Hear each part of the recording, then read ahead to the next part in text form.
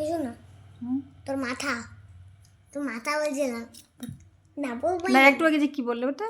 বলবোই না। এবার কি হয়েছিল? তুমি থার্ড। এর নেক্সট টাইম কি হবে? নাম্বার 1 মানে ফার্স্ট হবে। তাহলে তো ভালো করে পড়াশোনা করতে হবে। হ্যাঁ, করতে হবে কি না? তো ভালোভাবে পড়াশোনা কীরকম ভালোভাবে?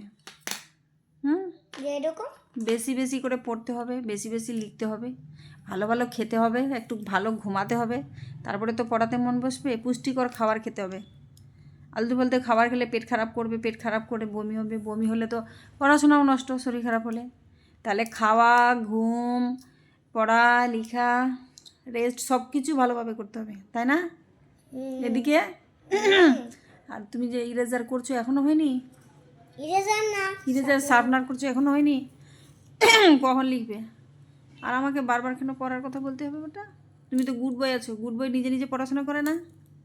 হ্যাঁ, এদিকে তাহলে সবই তো বোঝো, আবার ভেঙে দিলে তুমি। টাইম লস হচ্ছে।